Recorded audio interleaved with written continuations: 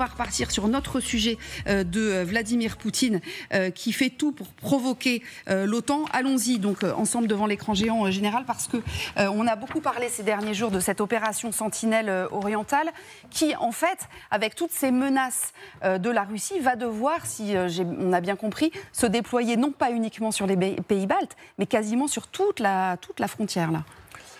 Oui, l'objectif, c'est de prévenir en fait des attaques ou des provocations, qu'elles soient ces passages de drones, qui soient intentionnels ou pas. On va en parler. La Turquie, il n'y a pas de sujet aujourd'hui. Pourquoi ? Parce que la Turquie, compte tenu de leur relation particulière avec le président Poutine, ne sont pas inquiétés. En mer Noire, il n'y a pas grand-chose. Par contre, ce qu'on peut observer de temps en temps, c'est qu'en Bulgarie ou en Roumanie, mais surtout en Roumanie, qui est au sud de l'Ukraine ici, eh ben c'est là qu'il y a eu l'incident de cette nuit. C'est-à-dire que vous avez des drones qui attaquent. Je vous rappelle quand même que c'est entre 400 et parfois 800 drones criminels qui sont au-dessus de l'Ukraine tous les jours. Donc certains, effectivement, se perdent ou intentionnellement jouent avec les frontières. C'était le cas cette nuit, et ça a été le cas dans la nuit de mardi à mercredi pour la Pologne. Donc la Hongrie et la Slovaquie sont assez peu concernées. En revanche, la Pologne ici a presque 600 km de frontières communes, soit avec l'Ukraine, soit avec la Biélorussie. Et donc, comme toutes les opérations se passent ici, eh ben, les incidents qu'on a pu observer se trouvaient à peu près ici. Donc les Rafales français qui ont décollé, c'était là. Ils sont là. Les F-16 dont on parlait tout à l'heure, ils étaient ici.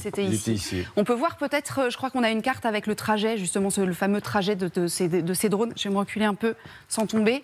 Alors on se posait la question d'ailleurs ces derniers jours, est-ce qu'ils partaient de Biélorussie ou de Russie ces drones ? Manifestement un peu les deux. Alors pas tout à fait. En fait, précisément quand on regarde les trajectographies qui ont été délivrées par le commandement ukrainien, ils partent tous en fait de la Russie. Ah, tous. Ah oui, y compris, on ne les a pas tous mis, mais vous voyez, ceux-ci, ils viennent de là. Bien sûr. C'est-à-dire des territoires ukrainiens qui sont occupés aujourd'hui par les Russes. Donc c'est un peu partout, beaucoup ici dans le nord. Et ceux qui nous ont un peu préoccupés particulièrement, ce sont une douzaine, entre 12 et 20, qui sont allés en Pologne. Okay. Et ce qui n'a pas été assez dit, en fait, il y en a plusieurs qui sont allés en Biélorussie. Et certains même ont été interceptés par la Biélorussie. Ah oui ? Mais oui, donc ça vous montre aussi que... Oui, ça vous montre aussi que tout n'était pas forcément extrêmement bien contrôlé. Et on peut le comprendre quand on voit des petits engins qui sont votre taille, en fait, et qui sont avec une petite aile, un tout petit moteur, qui vont faire 1000 km et qui ont un guidage quand même parfois un peu succinct. Ça veut dire que ces 19 drones-là qui sont entrés en Pologne, ils auraient pu arriver en Pologne un petit peu par accident, si j'ose dire ? C'est une hypothèse. En fait, il y a trois possibilités. Un, c'est vraiment intentionnel, et j'ajoute quand même que la plupart de ces drones n'étaient pas armés. C'est-à-dire qu'il n'y avait pas de charge militaire ou une charge militaire extrêmement faible. C'est le cas des Gerbera, qui sont des sortes de leurres, vous savez, qui sont envoyés. C'est des tout petits drones qui ont pour but essentiellement de leurrer la défense aérienne ukrainienne. Pourquoi ? Parce que sur les scopes, de faire le distinguo entre un petit drone non armé et l'autre drone Shahid, qui lui emmène une charge militaire suffisante pour faire des dégâts, et malheureusement dans les populations civiles, pour l'opérateur de défense aérienne, c'est très difficile de faire le distinguo. Donc il faut aller voir, et c'est comme ça qu'on sature la défense aérienne d'un pays. Alors, trois possibilités. Rapidement. Que ce soit effectivement une provocation. 2, que ce soit une erreur de coordonnées, ce qui peut arriver. Et la troisième, qu'un leurrage ait entraîné en fait ce changement de situation. Quand on voit cette carte, je voudrais qu'on prenne Xavier Titelman qui nous attend en direct. On va se rasseoir si vous voulez. Bonjour à vous Xavier Titelman.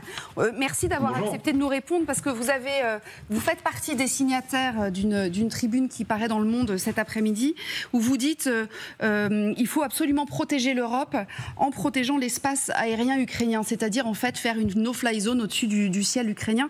Ce qui, on en parlait avec Magali tout à l'heure, était exactement la première demande des Ukrainiens dès les premiers instants de cette guerre. Bien sûr, l'objectif, là on se rend bien compte aujourd'hui que les Ukrainiens, ils filtrent et ils abattent 90% de ces drones. Eux, ils les abattent avec des moyens efficients, c'est-à-dire avec un faible coût au regard de l'efficacité qu'ils donnent, c'est-à-dire des gros canons au sol et surtout des drones intercepteurs de drones qui coûtent entre 1000 et 3000 euros en fonction du type de vecteur qu'ils essayent de taper. Là, par exemple, celui qu'on voit à l'écran, ce que vous êtes en train de montrer, on est, nous, visuellement, dans la caméra, on est dans un drone suicide qui va rentrer en collision avec un Gerbera qui est devant nous. On est avec un drone avec intelligence artificielle une fois qu'ils sont en vol, ils vont aller tout seuls jusqu'à l'objectif. Donc là, c'est quelque chose qui va coûter entre 400 et 500 euros pour ce type d'interception-là. Le problème, c'est que nous, comme on n'a pas développé ces systèmes qui coûtent pas cher et qui sont efficaces, on est obligé de faire décoller des avions qui coûtent 20 000 euros de l'heure de vol pour pouvoir lancer des missiles qui coûtent 1,2 million d'euros pour chaque destruction. Donc le premier point, c'est en soutenant mieux la défense aérienne ukrainienne, en lui permettant de développer davantage de drones, de renforcer sa propre défense, ils vont filtrer davantage de drones et il y en a moins qui vont arriver en Pologne et en Roumanie. Ça, c'est le premier objectif. Le deuxième objectif de Sky Shield, c'est déjà de protéger la population civile légitimement, tel qu'on l'a fait à Sarajevo, tel qu'on l'a fait quand on a intercepté des drones outils qui fondaient sur la mer Noire, ou tel qu'on a intercepté des missiles qui allaient sur Israël. Légitimement, nous pouvons nous positionner sur le sol ukrainien pour intercepter ces missiles de croisière et ces drones.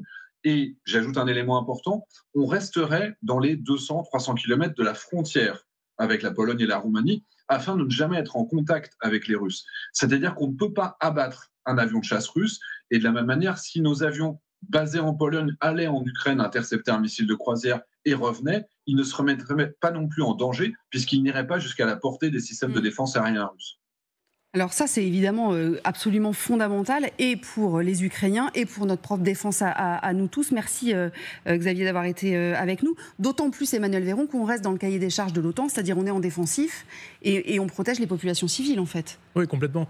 Et ça permettrait, si vous voulez, ce type de dispositif, d'envoyer un signal très très clair, déjà aux structures otaniennes elles-mêmes, aux pays membres de l'OTAN eux-mêmes, et bien évidemment dans une contribution très significative de la protection et de la défense de l'Ukraine, sans développer d'arguments offensifs, particulièrement à destination de la Russie, mais en tout cas, effectivement, dans cette posture de défensive. Je pense qu'avec ce qu'on vient d'observer ces dernières heures, ces derniers jours, sur les incursions de ces vecteurs russes sur différents pays de l'Europe de l'Est, en fait, du flanc Est de l'Europe, de pays otaniens et européens pour la plupart.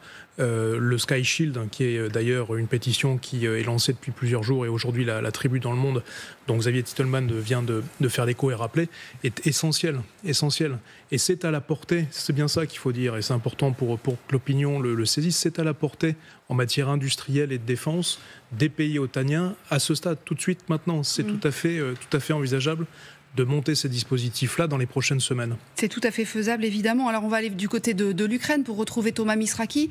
Bonjour à vous, Thomas. Vous êtes avec Éric Josset. L'OTAN pour aider les Ukrainiens, mais les Ukrainiens aussi qui pourraient aider l'OTAN. Notamment, il le disait à l'instant, Xavier Titelman, dans la défense anti-drone. Ils ont une énorme expertise, les Ukrainiens, là-dessus. 3 ans et demi d'expertise et ils progressent chaque jour davantage en la matière, les Ukrainiens. Alors pour vous donner un ordre d'idée, puisqu'on parle de chiffres, 58 drones tirés sur l'Ukraine. Hier soir, 52 ont été détruits, c'est-à-dire 90%. Ce chiffre de 90% de destruction de drones russes ici en Ukraine, on le retrouve sur l'ensemble de l'année 2024. Ça a un peu changé depuis le début de l'année 2025 pour 2 raisons principales. D'abord, à cause de l'augmentation, de la forte augmentation du nombre de drones russes tirés vers l'Ukraine, mais aussi de l'évolution technologique de ces mêmes drones. Ils sont aujourd'hui plus rapides, ils volent plus haut et leur système de guidage est plus perfectionné. Ils sont donc plus difficiles à abattre pour les Ukrainiens. Mais ils ont une énorme expertise en la matière. D'ailleurs, les Polonais ne s'y trompent pas. Ils envoient ce jeudi à Kiev une délégation pour coordonner la défense antiaérienne ukrainienne et polonaise et pour voir comment les Ukrainiens se servent de cette fameuse défense anti-aérienne. Et il faut faire rapidement parce que les Russes produisent beaucoup dans leur usine du Tatarstan. Par exemple, ils arrivent à produire l'équivalent de 5000, j'ai bien dit 5000 Shahed par mois sur l'ensemble de l'année en cours. Ils espèrent en produire, ces Russes, 30 000 Shahed, en plus des 2 millions de drones kamikazes qu'ils comptent aussi produire, les Russes. Côté ukrainien, on n'est pas en reste, puisque ici, on espère pouvoir produire 4,5 millions de drones kamikazes cette année pour riposter sur la ligne de front et affaiblir les offensives russes. Merci beaucoup Thomas, avec Éric Josset depuis Dnipro en Ukraine. Merci infiniment d'avoir été avec nous. Ronald Dato, c'est évidemment intéressant pour ce qui est du court, du moyen terme. À long terme, c'est très intéressant aussi pour l'OTAN, pour les pays de l'OTAN, de pouvoir récupérer effectivement cette expertise ukrainienne. Mais la question, c'est est-ce que les Ukrainiens vont accepter de la partager tout en n'étant pas dans l'OTAN ? Oui, bon, en tout cas, moi, je pense que moi, ça fait des mois que je défends l'idée selon laquelle je ne comprends pas qu'on continue en Europe occidentale ou en Amérique du Nord à dire que nous entraînons les Ukrainiens. C'est les Ukrainiens qui doivent nous entraîner bien davantage que le contraire. La guerre de tranchées, c'est eux qui la mènent. Et encore, il y a encore des Canadiens, des Français, des Britanniques qui les entraînent à la... Il y a quelque chose qui cloche. Et les Américains en particulier savent qu'ils sont en grand retard par rapport à tout ce qui concerne la guerre aérienne avec les drones. Et donc, les Ukrainiens ont ce savoir-faire qu'ils doivent partager avec nous.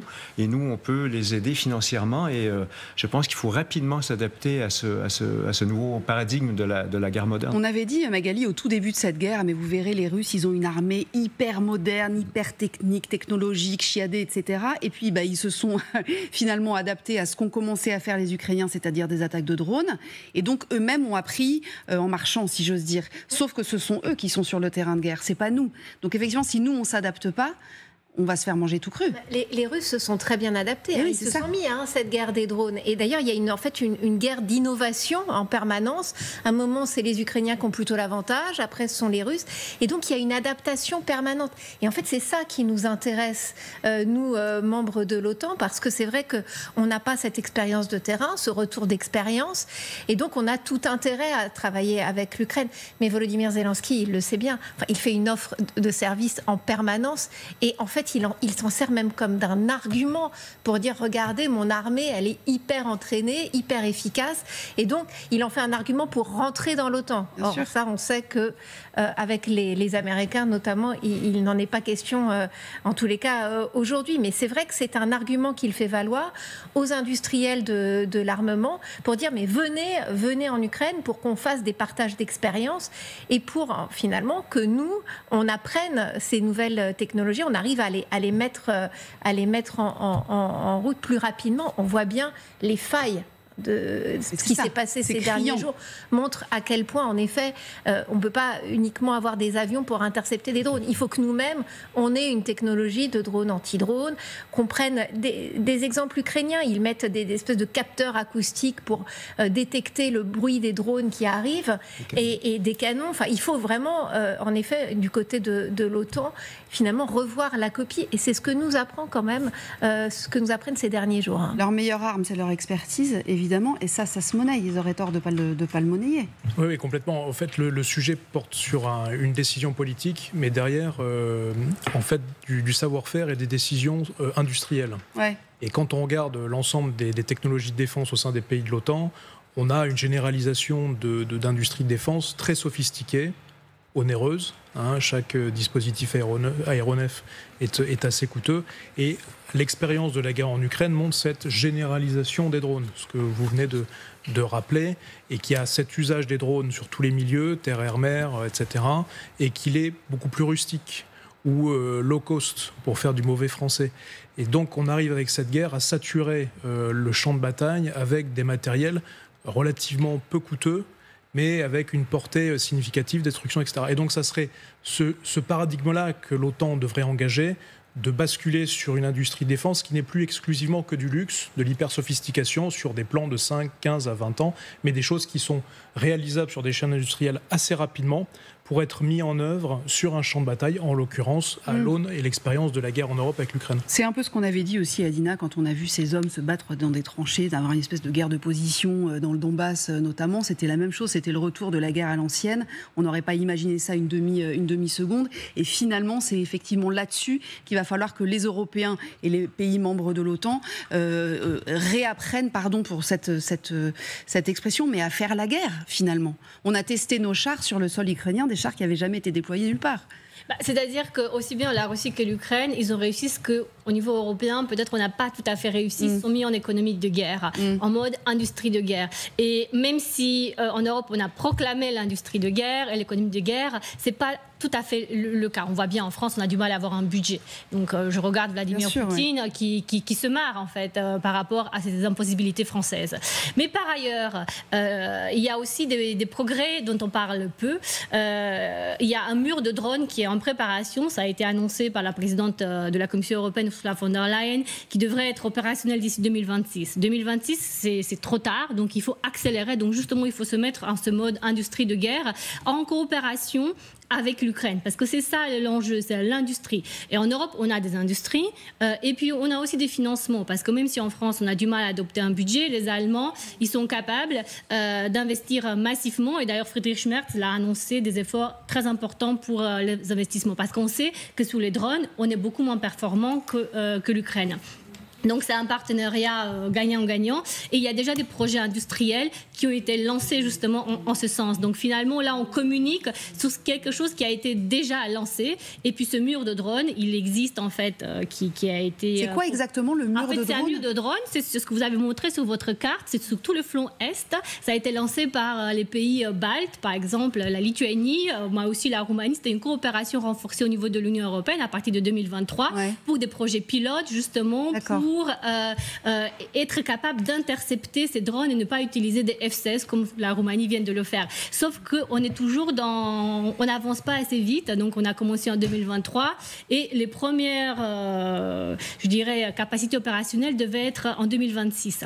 Ouais. Or, on est en 2025, on voit bien que Poutine teste tous les jours, donc on doit accélérer. Et l'accélération doit se faire au niveau industriel. Le ministre de la Défense, le ministre ukrainien de la Défense, on va l'écouter, il était en conférence de presse à Kiev là, ces derniers jours, et il le dit d'ailleurs, il dit c'est aussi une question d'argent, que la guerre soit terminée ou pas, parce qu'il faut absolument accélérer dans les investissements. Écoutez, vous allez voir que la somme qu'il évoque est colossale. 40 milliards. I should say that je dois dire que si la guerre continue, nous aurons besoin d'un minimum de 120 milliards de dollars pour l'année prochaine.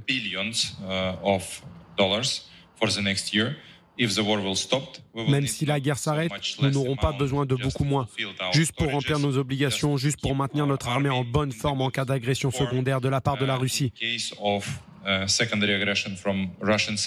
Donc dans tous les cas, nous parlons d'argent, de l'économie de la guerre. Ce qui voudrait dire, si on lit à travers les lignes, que l'Ukraine pourrait elle-même être la garantie de sécurité de l'OTAN, finalement. On prend les choses dans l'autre sens. Mais on le dit depuis un certain temps, moi j'ai toujours pensé, c'est qu'aujourd'hui, c'est un constat, le meilleur bouclier de l'Europe, le meilleur bouclier de l'OTAN, c'est l'Ukraine. Et donc, effectivement, leur donner les moyens, à la fois financiers, à la fois toutes les aides, l'instruction à un moment, parce que c'est vrai qu'au début, ils avaient besoin de formation, et on leur a donné. Je rappelle que les pilotes, c'est pas les Ukrainiens qui vont... Les Ukrainiens viennent se former notamment en France, mais dans d'autres pays. Par contre, ils ont un savoir-faire, notamment dans l'interception des petits drones, dont on doit absolument se servir. Il faudrait les officiers de liaison du commandement de la défense aérienne française, par exemple, qui a passé 15 jours là-bas et qui a regardé toutes les astuces développées aujourd'hui par la défense aérienne ukrainienne. Peut-être que c'est déjà fait d'ailleurs. Mais ça devrait être vrai pour tous les pays de l'OTAN, de telle manière à ce qu'on soit extrêmement réactif et qu'on déploie des moyens à la mesure de ces menaces de Shahid ou drones. Pourquoi ? Parce que les Russes en font tellement que de toute manière, même si la guerre s'arrêtait demain matin, ils en ont tellement dans les stocks que de toute manière, ça nous arrivera un jour ou l'autre. Ici, on n'espère pas trop en Europe, mais ça peut arriver aussi ailleurs. Donc il nous faut des moyens de se défendre. Il faut qu'on se soit fait en coopération avec l'Ukraine, évidemment. Magali, ce qui est super frustrant, en fait, c'est... on parlait tout à l'heure avec Xavier Titelman de cette no-fly zone. Premier jour de guerre, c'est exactement ce qu'il demandait. Et l'argument selon lequel nous sommes le bouclier de l'Europe, depuis le début aussi, ils nous l'ont dit, redit et redit les Ukrainiens. C'est vraiment... Et là, on voit que... Alors, il fallait peut-être ce temps-là, mais on voit vraiment que là, l'OTAN, avec les menaces de Poutine, finalement, c'est Poutine qui va peut-être nous y amener, commence à mettre toutes ces réflexions-là en pratique, concrètement sur le terrain. Alors après, cette initiative de bouclier du ciel, donc cette espèce en effet de no-fly zone au-dessus entre l'Ukraine et la Pologne, on n'y est pas politiquement pour faire passer ça. Je suis pas sûre que il puisse y avoir l'aval, mais on sent que la réflexion, en effet, elle est en train de monter parce que. Parce qu'en effet, avec ce qui s'est passé ces derniers jours, on voit bien qu'on est de plus en plus testé. Et donc, l'argument en fait, de ceux qui signent cette tribune, c'est de dire on ne peut pas être resté uniquement dans une posture de défense. Il faut aussi à un moment reprendre l'initiative face à Vladimir Poutine. Mais est-ce que politiquement, ça marche ? Est-ce que ça veut dire que ce sont les défenses aériennes de l'OTAN qui ne franchissent pas la frontière et qui, depuis le territoire otanien, vont abattre des appareils, ou alors est-ce que véritablement on est de l'autre côté. Tout ça, il y a beaucoup de questions qui se posent politiquement, techniquement. Le débat est loin d'être clos et loin de faire l'unanimité. Hein. Oui, c'est vrai, mais franchement, c'est assez faisable. C'est simplement de définir une sorte de buffer zone. C'est faisable, c'est-à-dire de positionner les défenses antiaériennes sur le territoire otanien pour aller détruire tout ce qui vole dans le ciel ukrainien. Alors, c'est faisable d'aller se positionner sur le territoire ukrainien. C'est plus ambitieux. Alors, tout est possible, mais c'est pas ce qu'évoquait Xavier. L'idée de Sky Shield, parce qu'il est comme ça l'initiative européenne, que je soutiens en partie d'ailleurs. C'est qu'on ait des moyens otaniens, si vous voulez, notamment en Pologne ou en Roumanie, mais avec une sorte de zone tampon en Ukraine. C'est-à-dire qu'il y a une coordination, je sais pas, qu'on peut fixer à 15 nautiques ou 30 nautiques, à peu près 50 km de profondeur, mais qui demande une extrême bonne coordination avec, bien sûr, les Ukrainiens pour éviter des tirs croisés entre les Ukrainiens et les pays otaniens, et qui pourrait anticiper toutes les menaces qui dépassent une certaine distance de la frontière, plutôt que d'attendre que les menaces arrivent en Pologne, par exemple, on les intercepte avant. Par contre, ça demande une grande coordination, et surtout vis-à-vis des populations civiles aussi ukrainiennes qui se trouvent en dessous.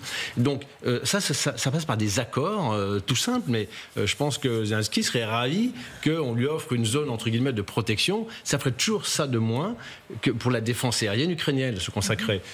Elle mettrait plus de concentration du côté de l'Est, et l'Ouest, on pourrait donner un coup de main sans qu'il y ait aucune conséquence en fait, majeure sur le plan d'un engagement européen ou otanien vis-à-vis de la Russie. Politiquement, c'est faisable ou pas faisable ? Parce que ça veut quand même dire, imaginons un avion russe qui traverserait... On ne parle pas d'avion pour l'instant, on parle de drone pour l'instant.